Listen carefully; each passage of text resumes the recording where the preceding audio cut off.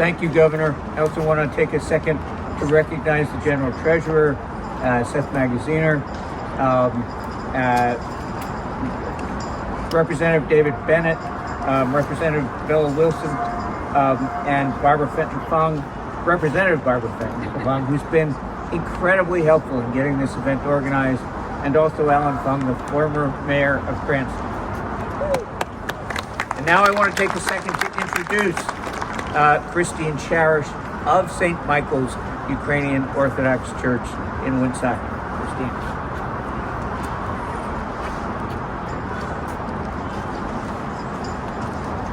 Good afternoon, and thank you all for coming out for this.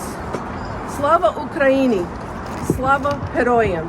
Glory to Ukraine, glory to the heroes. Thank you, Dr. Fine, for the invitation to speak today. Governor McKee, honored guests, and supporters of Ukraine. As Dr. Fine mentioned, I am a member of St. Michael Ukrainian Orthodox Church in Woonsocket, a church that my grandparents helped to build.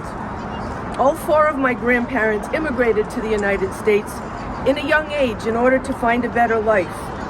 My parents were both born here, making me second-generation Ukrainian, a fact which Ancestry confirms I'm 92%.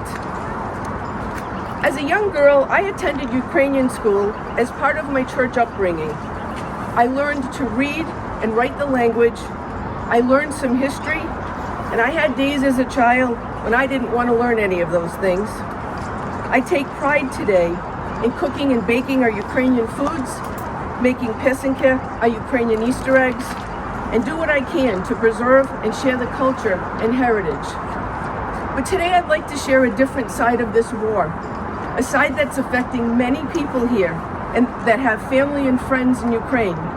But before I start, I'd like to share a short piece written by Ariana Santori, who put things into perspective for me and for many of us who went to Ukrainian school as children. She wrote, "A young me didn't understand why I had to go to Ukrainian school every week.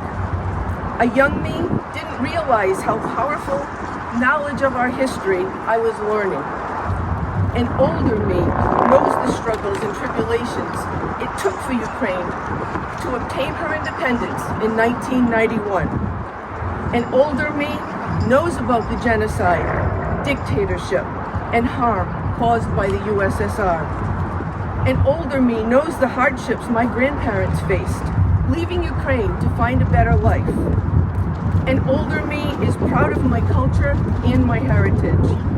An older me prays for the people of Ukraine and for those who don't realize the global impact this will have on us all."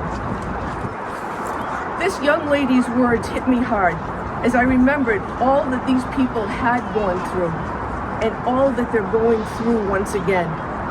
I'd like to tell you how real this has been for my own family. Our youngest son is Father John Sharist of the Ukrainian Orthodox Church, assigned in Carnegie, Pennsylvania. When he was a college student, our church diocese held mission trips to Ukraine, where we sponsored 2 orphanages. Father John was on his 3rd mission trip when he met Larissa, another college student from a sister parish in Chicago. Although they had been to church conventions together, they never really met until that last trip. They formed not only a love relationship between them, but a bond and a love for the orphans in the Znamianka and Zaluchnaya orphanages. After they married, they always thought they would like to pursue adoption of a child from Ukraine. They have a 7-year-old son, Sebastian, and together, my sweet family started hosting 3 siblings from Ukraine through an organization called Project 143. These children came to the United States to be with them for 5 summers and winters, and their dream was to adopt all 3. The reason I'm sharing this is that those 3 children were in the middle of this war.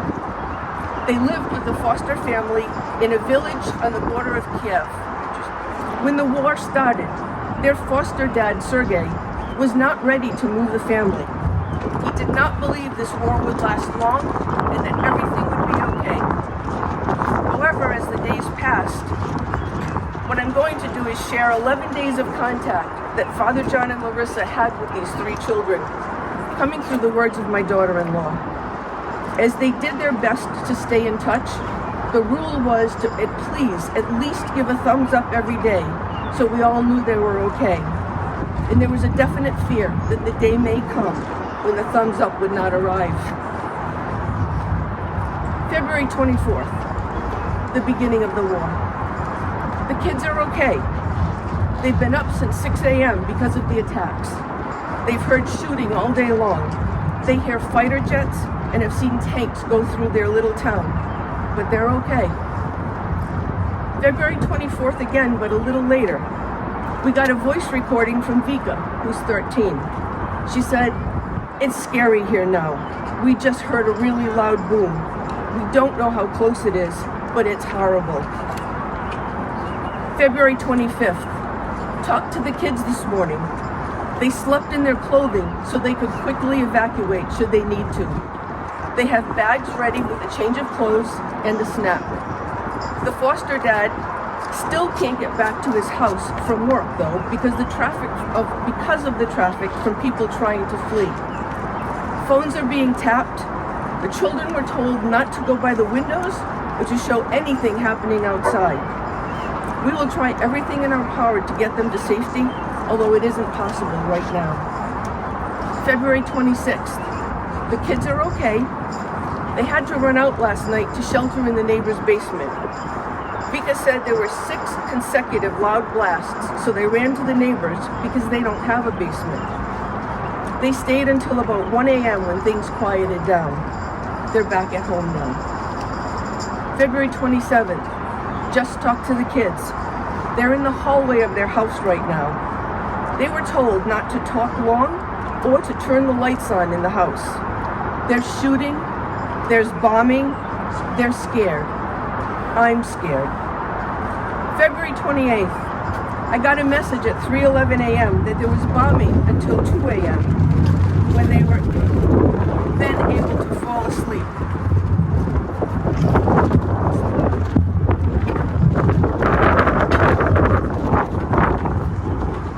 I just messaged the foster dad who said the day was hard, but everyone is sleeping now. March 1st, the kids are in a basement with their neighbors. They can't talk on the phone, but are together and safe for now. March 2nd, Larissa asks, "Is it quiet?" Them, "No." Larissa, "Lord, help us." Them, "Our hope is in Him." That was her only contact that day. March 3rd. Contact right now is with Sergey, the foster dad, for fear of the phone being tapped. How are the kids? Good. That was it. March 5th. The kids are sheltered. Sergey was finally able to get some food today. March 8th. Please say a prayer for the kids. Their school was shelled today. March 14th. Some hope. The kids are being moved to safety. We're not being told where they're headed. March 15th. Everyone is safe. Later that day, we heard from Vika. She sounded great. What a relief. March 18th, we just Skyped with everyone. It was great to see them. They're doing well. This family left with 5 foster children, their adult daughter and granddaughter.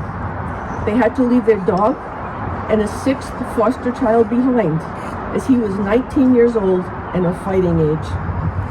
This is the reality of so many.